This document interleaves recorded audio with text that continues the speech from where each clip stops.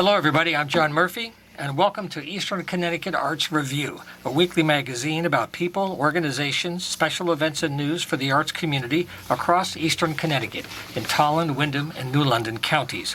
I'm here with you live every Wednesday at 5:30 with my co-producer, Matt Rupar, and today we're going to have a program in two segments. For the first part, we're going to have some updates from the America Museum and the Windham Textile and History Museum. And then for the second part of the show, there's some exciting news to share about special webinars with arts business training opportunities from the Connecticut Office of the Arts. That's a conversation with Liv Shapiro that we'll do later in the show today. First off, to begin, though, right here with me in the studio, we have Bev York from the America Museum, and we also have Kara Holmes back in the house. She's from the Mill Museum here in town. Welcome to the program again. It's great to have you folks back in the studio. The masks continue, but we're glad to have you here. Thank you very much, John. Thank you, John. Right. Happy New Year, too. That's right. This is our first time since the first of the year. And, for those of you watching on YouTube or on the radio, we hope your year is going to be more prosperous and more productive than 2021. We got through a whole lot of stuff last year, but we hope that this year will be a little lighter and a little happier for everybody. So I'll get off the soapbox now, though. So, Bev, congratulations on this new opportunity to give history yet another new home in our area. Can you talk about the America Museum and how this came to be and what your vision is for how this is going to add so much to our community?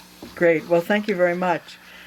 So the America Museum is a new concept of having exhibits and of history and topics that are relevant to what's going on in today's world. And it's located at the Eastern Connecticut Veterans Community Center. The center opened in the summer, so it's very new, and a lot of people are still unaware. It is located at 1320 Main Street, which is in Tyler Square. It is a shopping center behind Taco Bell next to the cemetery. And there's some spaces there in the foyer and also some wall space in some hallways and other spaces. And so the sky's the limit of different opportunities that could take place at the America Museum. I am really excited to be able to do some meaningful stories that are relevant, that are facing our country.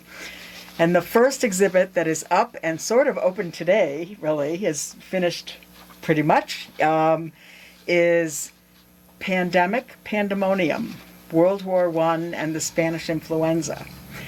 And it is an exhibit that shares with people how the influenza traveled and what happened in 1918 when 1/3 of the world was infected.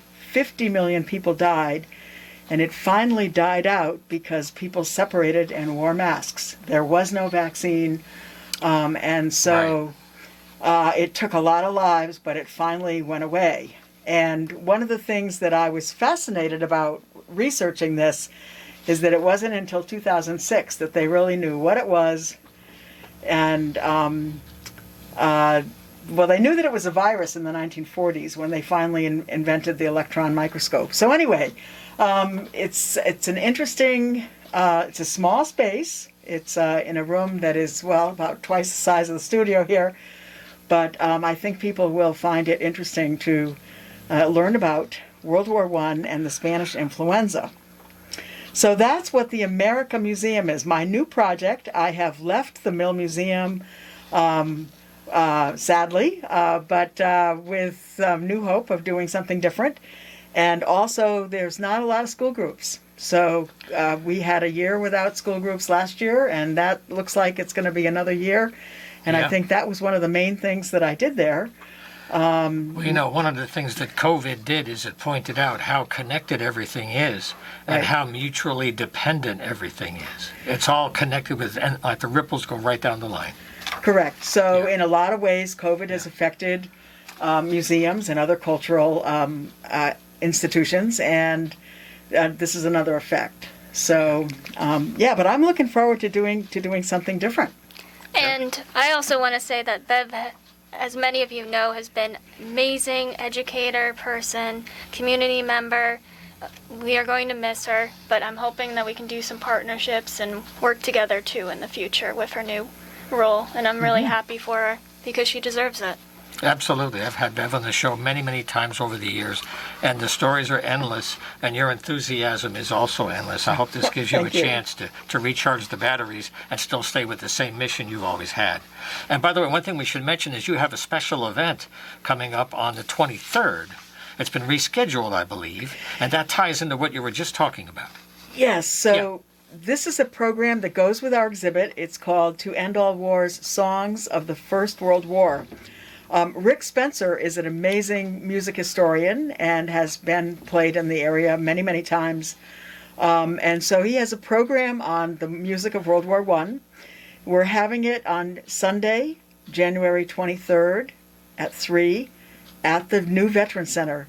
And it's going to be a cabaret style. There's a large meeting room filled with tables, so everybody will sit socially distanced. Nice. Very good. So I'm hoping that we don't have to postpone it. Hope that people will come and enjoy the music and see the exhibit, Right. and we'll just all stand, distanced. Right. Yep, and wear masks. Yep.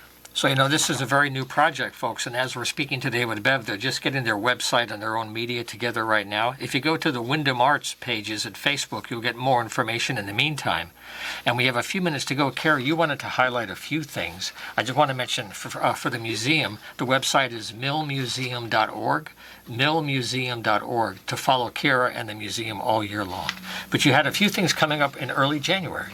Yes, so right now we are temporarily closed as usual for our January maintenance. Yeah, it's every year, right? Yep, every year. We did extend it a little bit into February this year, so we will be reopening February 11 Okay. as of right now.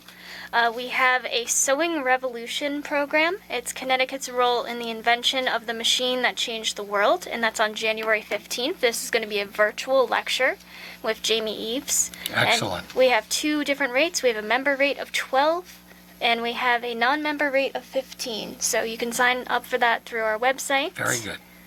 We also have a virtual kids project for Valentine's Day cards. And you have two options. You can either have the kit shipped to you, or you can arrange with us and we will meet you in order to drop a kit off after you've purchased. Nice. And that's going to be starting January 17th. Then we have a historian trade fair on January 22nd coming up. And that's going to be essentially historians, reenactors, interpreters. There's going to be vendors there, but they will be socially distanced, as well as you can attend. It's going to be a full day from 10 a.m. to 4 p.m. and a lot of fun. So that's just some of our January events. Great. I'm not sure where we are at for time, so I don't want to take up. Sure. Where are we? Yeah, no, we're close to the end for this, but I want to Okay. mention again that the website to reach Kara and to find out all these events and to track them all year long is millmuseum.org. And also, I'll certainly be having Bev back on the show when they settle into their future events as the winter moves into spring. I wish you the best of luck, Bev, and I thank you for being here today and for all the service and everything you've been doing to serve the community. That will continue in this new way, and I'm real happy for you. Thank you so much, John. Good to have you here. And also thank you, Bev. You're amazing, and I hope to work with you a lot in the future. Thank you. And two other affectionate notes before we move on to our next feature is that tomorrow is Bruce John's birthday, man. So a lot of love to you, buddy. That's going to be January 13th for Bruce John's birthday. And if you have a chance, I suggest that you nominate David Foster as your Cupid for Willimantic. I sent my email in with my wife Rita. We sent ours in a couple of days ago when we saw the article in the Chronicle. If you haven't done so and you have any thoughts about it, I think this would be a great year to make David Foster our next Cupid. So anyway, what we're going to do now is get out of the way and share some information with the conversation with Liz Shapiro. She's the Director of Arts, Preservation, and Museums at the Connecticut Department of Economic Development, and also she's with the Office of the Arts. They're doing some special webinar training for legal assistance for arts entrepreneurs and small business startups and charities. Check this out.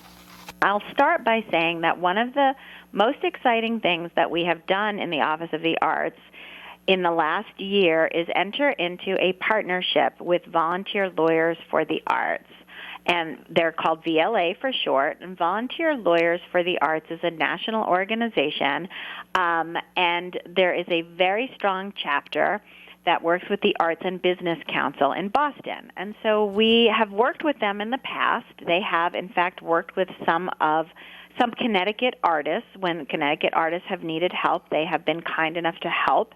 But what we really decided is that we need to bring a team, to develop a team of lawyers here in Connecticut that will be ready to speak to the needs of artists and creatives and artistic businesses and artistic nonprofits in Connecticut, and to do so at low or reduced cost. So that is the whole idea of the partnership with Volunteer Lawyers for the Arts. And in fact, we've been developing the partnership. They have hired part-time staff to help us with this, and they are creating a network of legal help throughout Connecticut because, of course, state law is different from state to state, of course. Sure. And so these two workshops are the first programs that we are doing as part of our partnership with Volunteer Lawyers for the Arts Connecticut. And so, as John mentioned, they are two workshops that take place in January and February, and the first one is called, essentially they're parts 1 and part 2 of the same conversation. So the first one is Legal Entities 101, and the second is Legal Entities 102. And the first session on Friday, January 21st from 10 to 11:30, and these are via Zoom, is called Legal Entities for Creative Businesses. And really what the goal of this workshop is to review traditional business structures, right? So we know about LLCs, sole proprietorships, S-corps, C-corps, all of these other things. But we also think of like for-profits or not-for-profits. And there's some mystery involved. Like if you have a for-profit, it has to be one of these business entity types. But if you have a nonprofit, does it still have to be that type? Well, this workshop is here to get to the bottom of that particular question.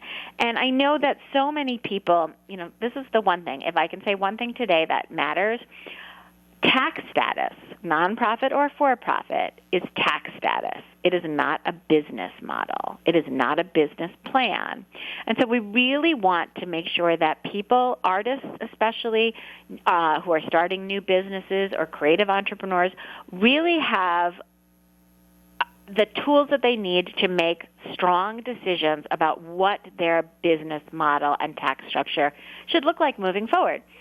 So then to follow up on that, once we talk about all the different kinds of business models that there are, in the Legal Entities 102, we're going to be talking specifically about charitable nonprofits. So really we're going to be exploring what's the difference between a nonprofit corporation and a for-profit corporation. Do they mean the same thing? What does the tax status mean? What does exempt from taxes actually mean?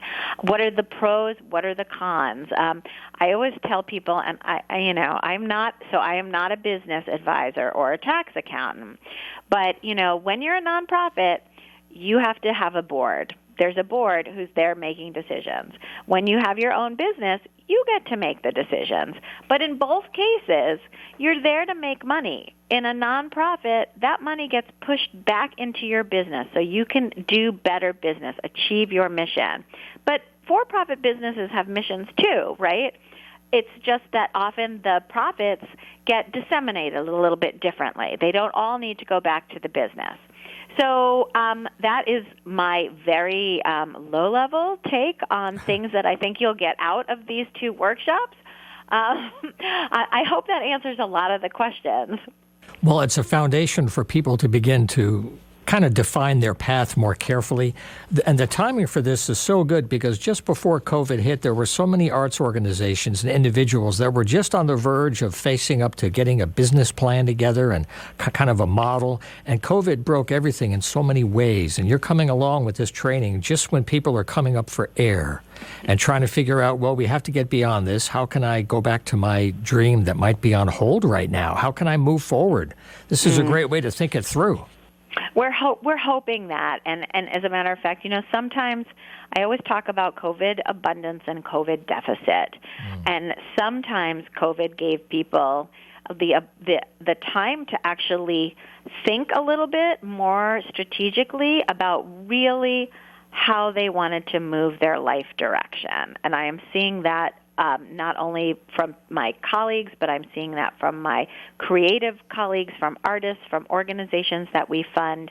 And this is such a good time to really take stock, to learn a little bit, and to begin to, get that guidance that you might need to make your plan moving forward. And of course, one of the things that we hope to do is to ask you the question for those of you who are participating in these Zooms. And I will let you know, the Zooms are free.